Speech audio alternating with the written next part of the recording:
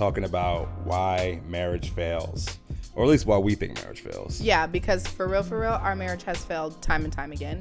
We're just still here trying to figure it out. Like literally. And I'm buying like flowers, and then I'm also like making sure the bed looks real neat. I'm leaving her little love notes, or I might be like folding. Yeah, I do that sometimes. Okay. Or not. But.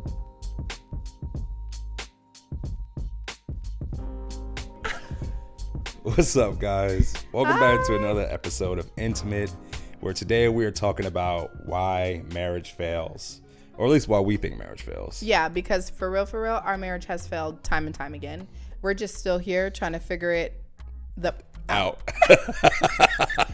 Like literally. Legit. And I know you guys, if you clicked on this video, I know you're probably thinking the same thing. Exactly. Because anybody that has been married minimum 2 years, you know exactly what we're talking about. Yes. Because the first year is kind of like, oh, you're so cute. Yeah. What's up? Let's go out. Let's do this. Right. And then year 2 is like, all right.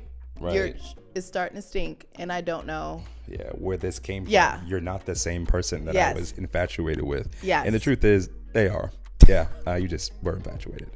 But I mean, like, we also want to talk about some things that we brought to therapy ourselves, because we ourselves are in couples therapy as well as individual therapy. So we feel like therapy is something that really helps our marriage, and we've been in it before we even needed it. But shout out to Karen.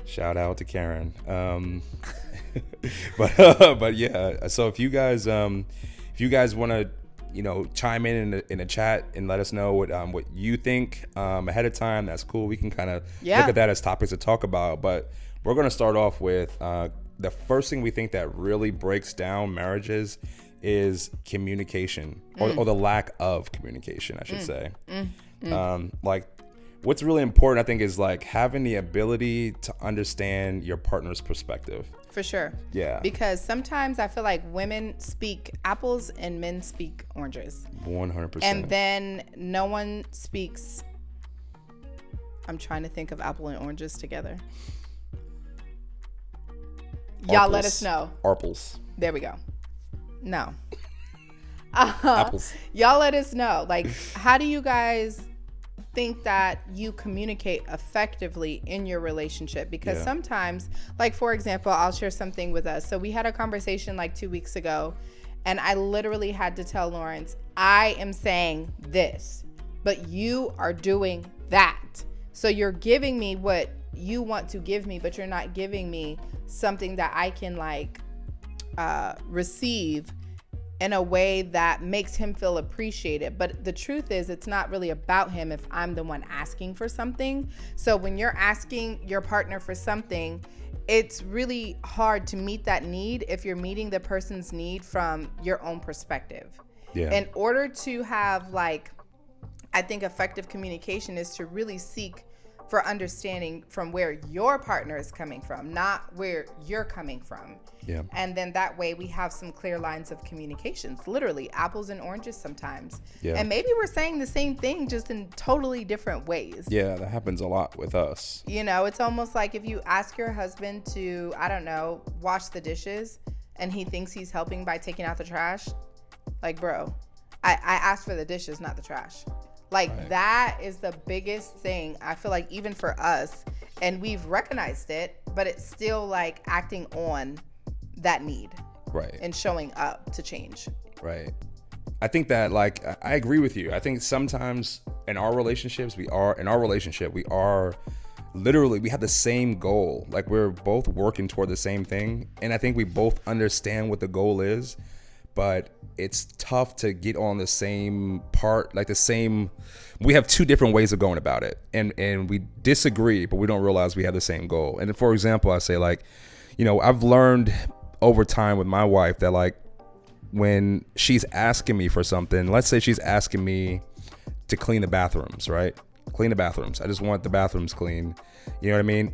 But so for me, it's like, I'm going to wake up in a day. I'm like, no worries. The bathrooms are going to get done this week, baby. I got you. But then I wake up in a day, Monday, Tuesday, Wednesday, take the kids to school, come back. And then I'm buying, like, flowers. And then I'm also, like, making sure the bed looks real neat. I'm leaving her little love notes. Or I might be, like, folding. Yeah, I do that sometimes. Okay. Or not. So, but then, I'm doing little things. Basically, what I'm saying is I'm doing little things that I think that makes her feel appreciated. But Friday comes and the bathrooms aren't done. Bro, she's on my neck. So I'm like, okay, I get that I haven't done the bathrooms. I'm gonna do them. But look at all the things I did do this week. That's literally his only chore, though. Like the bathrooms.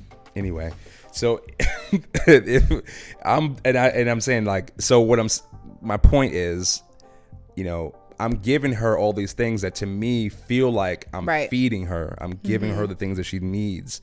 But truthfully, she asked me for one thing. And although she needs these things, although she needs me to provide, she needs me to protect, she needs me to, be available. Those are the base level of what she needs. But she's directly asking me for the bathrooms.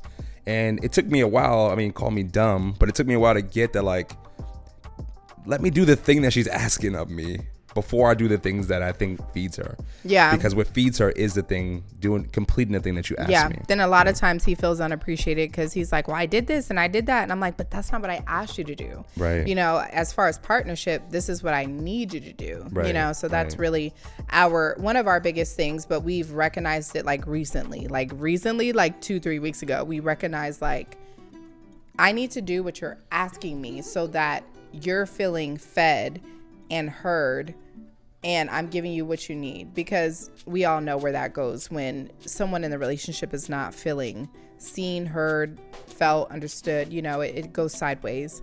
Right. But our next thing we wanted to talk about was honesty and feelings. I think even like what we just said, I don't like to harp on him because then it turns into nagging, right?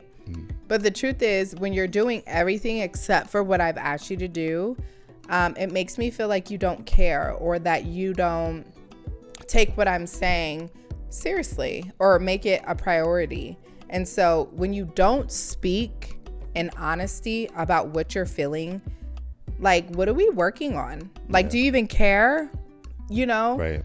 Or, oh my God, I have to eggshell it, or I don't want to disappoint him. I don't want to disappoint her, or this is going to cause an argument. I know y'all know about that one, so I'm not going to say anything because this is going to cause an argument. Right. But if you're not being honest when you're communicating, it's not okay. Yeah, for sure. And I think from the male perspective, a lot of men, we're not complainers. We're not going to sit and say the things that maybe in the back of our minds are really affecting us, and it's because we want to save the relationship, because we want to, not get into an argument, because we want to make you feel loved and protected. We don't want to seem like a soft bitch, we don't want to seem soft, So we're trying to hold in what we feel, because the truth is, it doesn't matter. We feel like men, and this is just maybe I can't speak for all men, but most men, we feel like it doesn't really matter what I feel. Let me just make sure she's good, because I can eat this. I can. But there's also a perspective that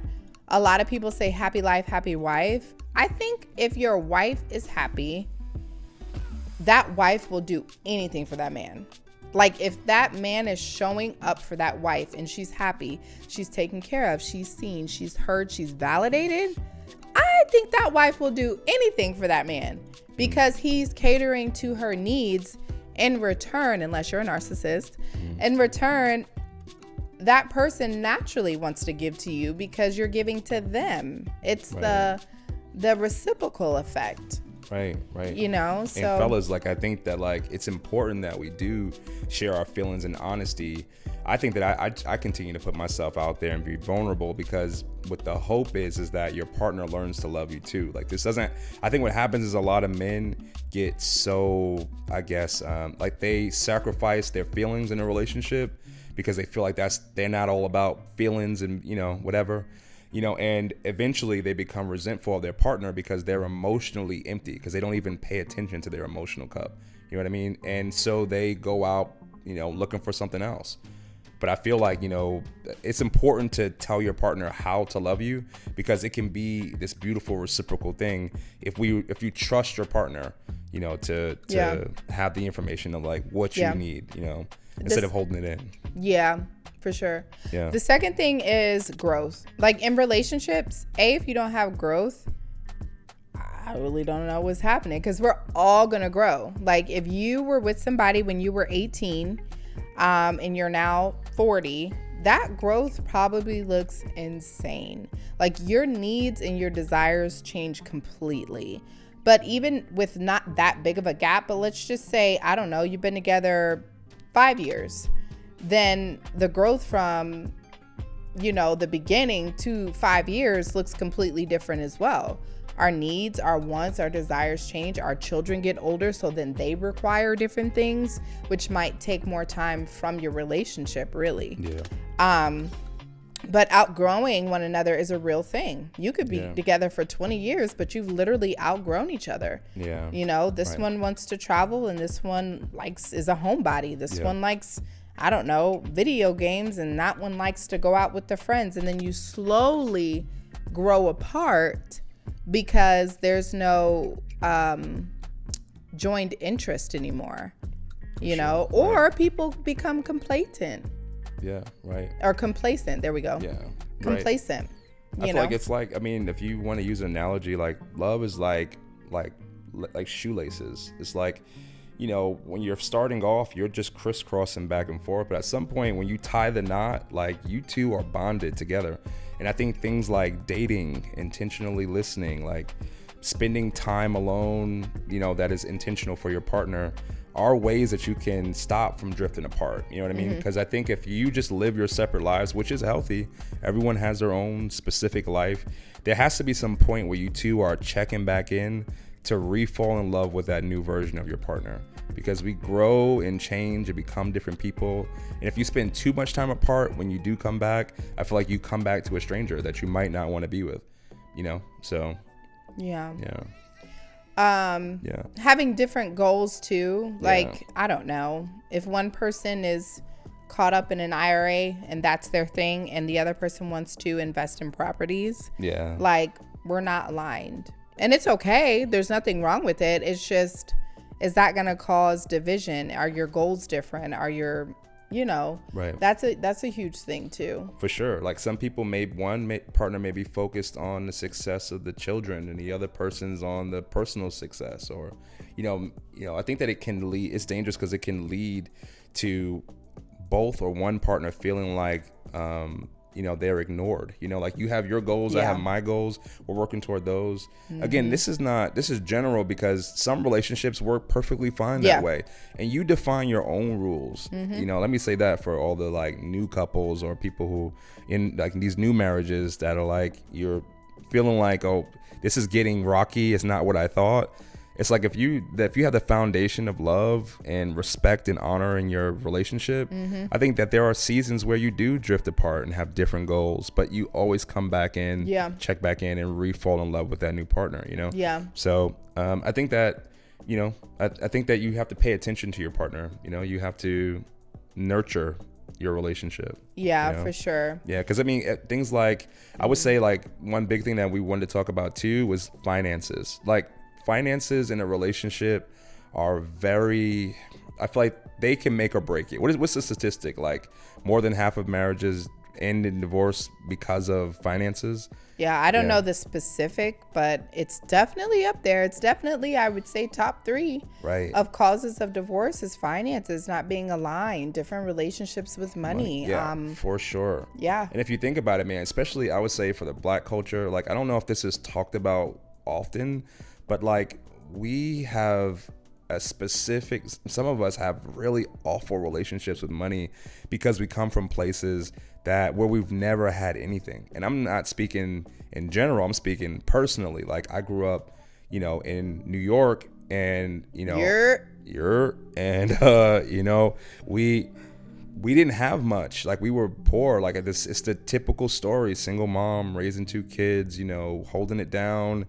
And some nights is rough and the lights ain't on. And, you know, so when you have that relationship with money and a scarcity of never knowing, and then you meet a partner that has had stability their whole life, you two might, when you get a check, you're probably going to spend it on some Jordans, and they probably going to put it in a savings account because, you know, you just may have a different, you feel like money's fleeting where the other person feels like money is abundant.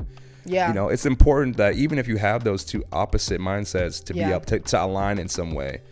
Yeah, I learned a lot from my wife and her family, and I think that you learned from me as well. It was drilled in my head, y'all. Yeah. Like me and my brother definitely knew a lot about credit, savings, spending, rainy day fund. Like it was definitely, and I'm talking about like before I was even in middle school, maybe around that, maybe at middle school, you know, my mom's invested in me and my brother mentally with that type of structure. So it was, I guess it was a part of my character really to like have stability. And honestly, like my parents came from a similar background. And so they strive to have the opposite for me and my brother. And so that's why it was such a big deal. I feel like for me and my brother to be financially literate is because of their backgrounds, which is, you know, it's cool, but I definitely knew a lot very young, and I'm appreciative of that. But I also understand that it can also be like the opposite. Like just because it was drilled in my head doesn't mean that I had to make those choices. Yeah. Right. Yeah. But it's also me. Right. It's A your type choice. Right. Yeah, Yeah. right. It's your choice. Yeah. And you always have a spender and you always have a saver. 100%. I mean, I'm definitely Most times. I feel like I'm the spender because Did you have to think about that? Yeah, because I mean, what I be buying? Everything. What I buy? You on Amazon? Everything. Yo, Amazon come to the door every day. What's It ain't up, never for Amazon? me. It ain't never for me. So who be spending? Did you just say it ain't never for you? Ain't never so for me. is it the fact that I'm spending or is it the fact that I'm not spending on you? No. Because no. Valentine's Day was about 2 weeks ago and you and those kids sure had a lot of love from me. Oh, and then Valentine's Day. Let's not get the 3 there. shirts I bought you. All right, now look, don't make me show my butt on camera, because look, show it. Because what did I do for Valentine's Day? Listen, you came out guns blazing, so I'm meeting you where you're at. Okay, I'm telling you right now, put the guns away. We got company over, you know. Y'all see? You know what I mean? She want to go there. Maybe we might give y'all that episode. I could go there, but I know where it's gonna go, and we ain't got enough time because YouTube, you know, whatever, the algorithm and all that. So like, anyway, like focus. Like I think like it's okay if you do come from 2 different spaces. We come from opposite places in the spectrum of like relationships with money, but there's something to learn from both perspectives. You know, there's something about living a little and being able to like, you know, enjoy life and spending it like money can be scarce. But there's definitely a wealth in saving and feeling like money is abundant, because your feelings toward money is really dictates how you manifest it in your life. 100%. So if you're someone who just I never have money, I've always been poor. Well, you're always gonna be poor. You know, you're never gonna have mindset. Right, it's mindset. And I think that switch is a very hard switch to turn when you grow up in poverty, you know. So, you know, be open-minded to your partner if that's a conflict in your relationship, and maybe see it from their perspective. Yeah, for sure. Right. You know, we've taken turns about who, you know, decides where the money goes or whatever, you know. Yeah. And I've had to fail a few times to realize like, damn, she got it. Like, she really knows what she's talking about. Period. You know, and so, but then you understand that she's a strong one, and then maybe you lead that. You know, I think that's important too, is like letting, you know, your partner lead. Knowing their gift, really, you know, so that everybody excels. Like stay in your lane for sure. Right. As far as who is good at this and who's better at that, and who, you know, just learn your roles so that there's a partnership there. And correct. I think that's what, you know, we're currently working on, is like, okay, you are really good in this area, I'm really good in this area, so let's move forward like that. Instead of you're trying to do this and it just doesn't make sense, you know. Right. But that leads me to say the few things that we think that's why we're still together, which is compromise. Yes. Like we have to learn how to compromise. And I've saw this so many times on social media. Like a lot of people will say marriage is not 50-50. Sometimes it's 90-10. Sometimes it's, you know, 60-40 or whatever. Like it is not 50-50. And that is where the compromise comes in, you know? So I think compromise for sure is definitely I wouldn't say number one, but around top Right. 3 of like Right. what successful relationships look like Right. is around compromise. Yeah, and I think that might sound cliche. Like, yeah, you know, everyone says compromise in relationships, but what does that mean? I think it means like, you know, at some point you have to settle for peace. If peace is the goal in your relationship, then you may not need to win that conversation, or you may not need to get the green curtain instead of the black one. You know, like, is it worth the argument? Is it worth the, you know, Fighting fair. Yeah. You definitely have to learn to fight fair in relationships.